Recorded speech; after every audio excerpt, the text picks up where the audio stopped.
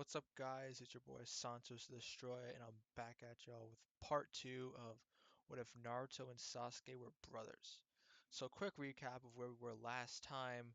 We ended off just beginning the second part of the tuning exams, and basically that's where our story lies. The only difference is we have Haku rather than not in the original canon.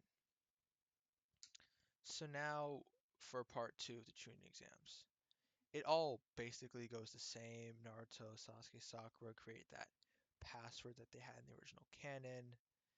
Um, they still get bodied by Orochimaru, but this is where another major change happens. Since Naruto doesn't have the Nine Tails, but is an Uchiha in this circumstance, half Uchiha, half Uzumaki, I do believe that Naruto and Sasuke will both be given the curse marks, given Orochimaru's nature, as he would want as many potential vessels as he could possibly attain, because Orochimaru is super, super ambitious. So I do believe Naruto and Sasuke would get the curse mark, which would both put them down against the fight against Dosu, Kin, Zaku. I believe this fight would go basically the same until Sasuke and Naruto have awoken. Since Sasuke and Naruto are both more disciplined in this timeline, in the sense more willing to do certain things than they were in the normal timeline, I do believe that Naruto and or Sasuke would see Zaku as a future threat and, how I say, eliminate him, like i.e.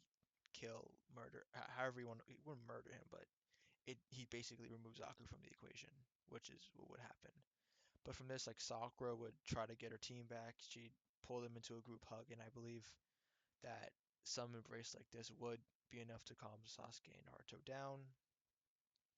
They would still later go on to defeat Team Obro, much like in canon, with the help of Kabuto, as now two members of Team 7 rather than the original one have the cursed mark, and that just makes it all the more intriguing for Orochimaru and wants Kabuto to be there to monitor to make sure they progress as they should be.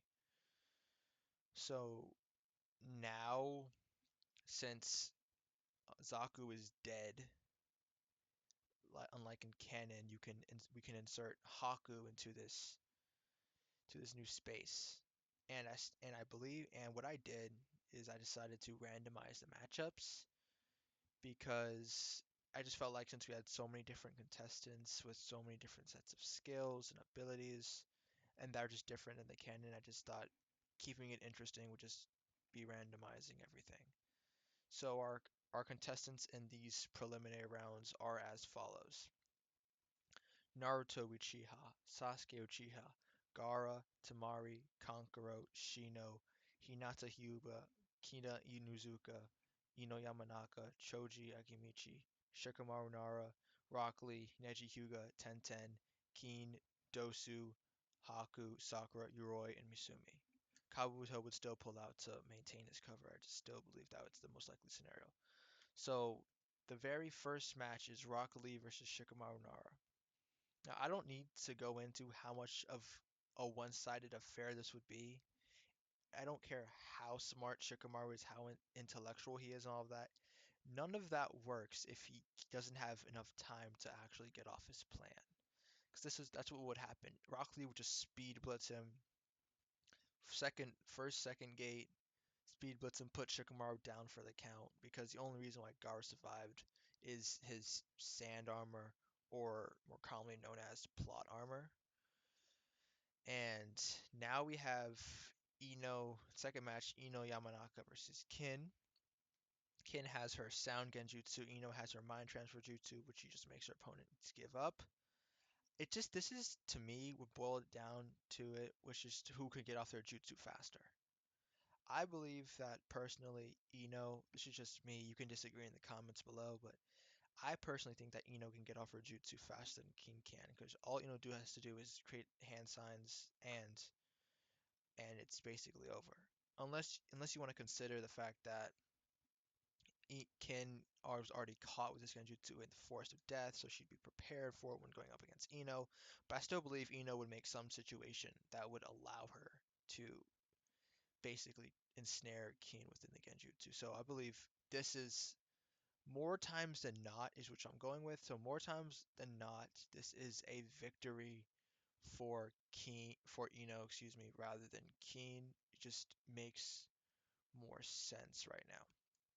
So our next battle is between Sasuke Uchiha and Neji Hyuga. This was random. This fight was so hyped in the manga and the anime. Oh, what's better, Sharingan, Byakugan? This fight, I think, is just would be insane because Sasuke would just know too well not to engage close combat with Neji. Partly because he's just heard of the Gentle Fist from like his family and relatives and friends, but partly also because he's on the same tier as Lee. And I believe Lee in this canon would have still bodied Sasuke in Taijutsu. So Sasuke is very wary at first, just fights long distance, Phoenix Flower, Fireball Jutsu, basically just keep it paying, keep away with Neji. And also an important note that he would have had his curse seal by this time, and I believe Kakashi would have explained the ins and outs of it, so that Sasuke would know not to let like evilness in a sense overcome him.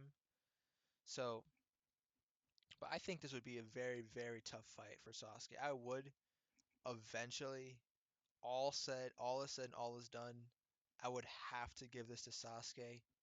Even though Neji's a year older, I'd still have to give it to Sasuke because just look at the people Sasuke's been around. He's been around his family. He's had Itachi. He's had his dad training him ever since he was a little kid. He's had all the support system. So that's the only reason why, though. But I think Sasuke would be left on death's door after taking one too many gentle fists to the organs.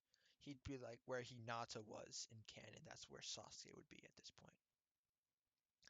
Now for the next battle, we have Naruto Uchiha versus Dosu Kinobutsu.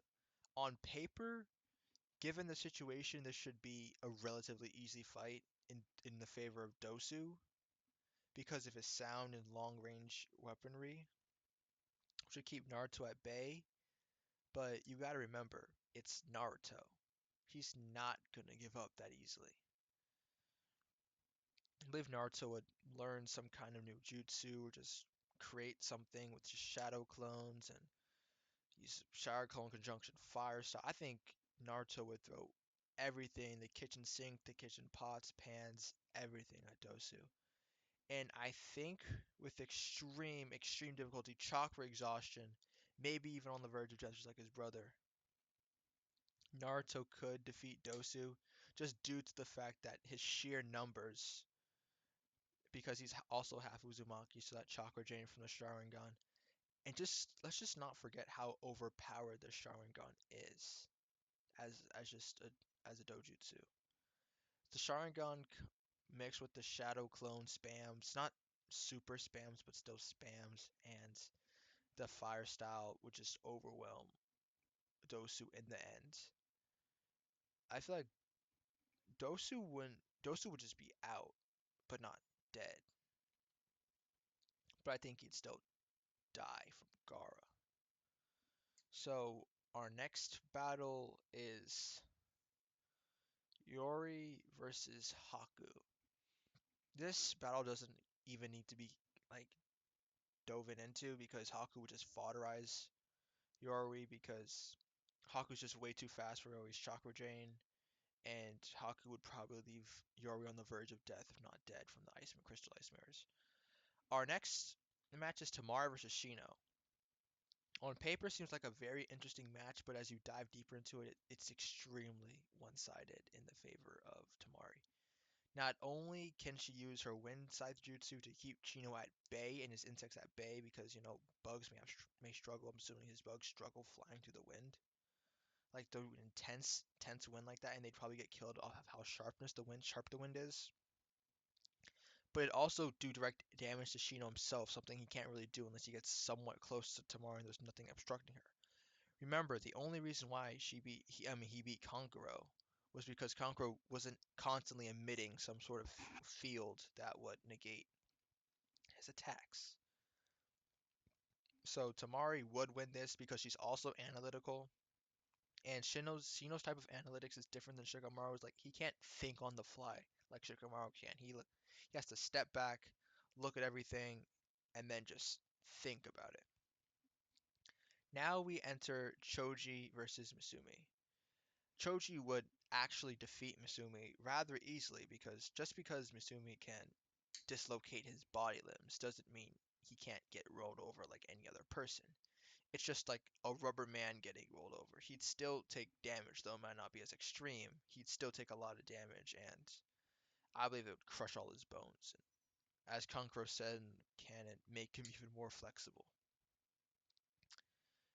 Now we go into Hinata Hyuga versus Gaara of the Sand. Winner's Gaara. There's just no need to get into it. Jonin needs to step in to save Hinata's life. That's really all there is. Tenten versus Sakura. Tenten wins because she's just more competent this far out as a fighter because she has her weapons and there's nothing Sakura can really do against those. So Kiba versus Kankuro is just another really unfortunate situation for Kankuro because he can't really do his puppet poison. He can't go for lethal force because tensions between the Sand and Leaf were already super high. So if he killed a Leaf Shinobi, it would have just been even worse for the mission. So now at this point, we have our 10 finalists, which are Sasuke Uchiha, Naruto Uchiha, Gaara, Haku, Ino Yamanaka, Choji Akimichi, Tamari, Kiba, Rock Lee, and Tenten. Now I have no idea who's fighting who, and if you guys want to give me suggestions, just put them in the comments. Any specific matchups you want to see, I'll give an in-depth breakdown of who I think would win. And if you like the video, just like, subscribe, it really helps. Comment down below. I love to have discussions and join my Discord. It will be in the link in the description. I'm a Santos Destroyer, and I am out. Thank you.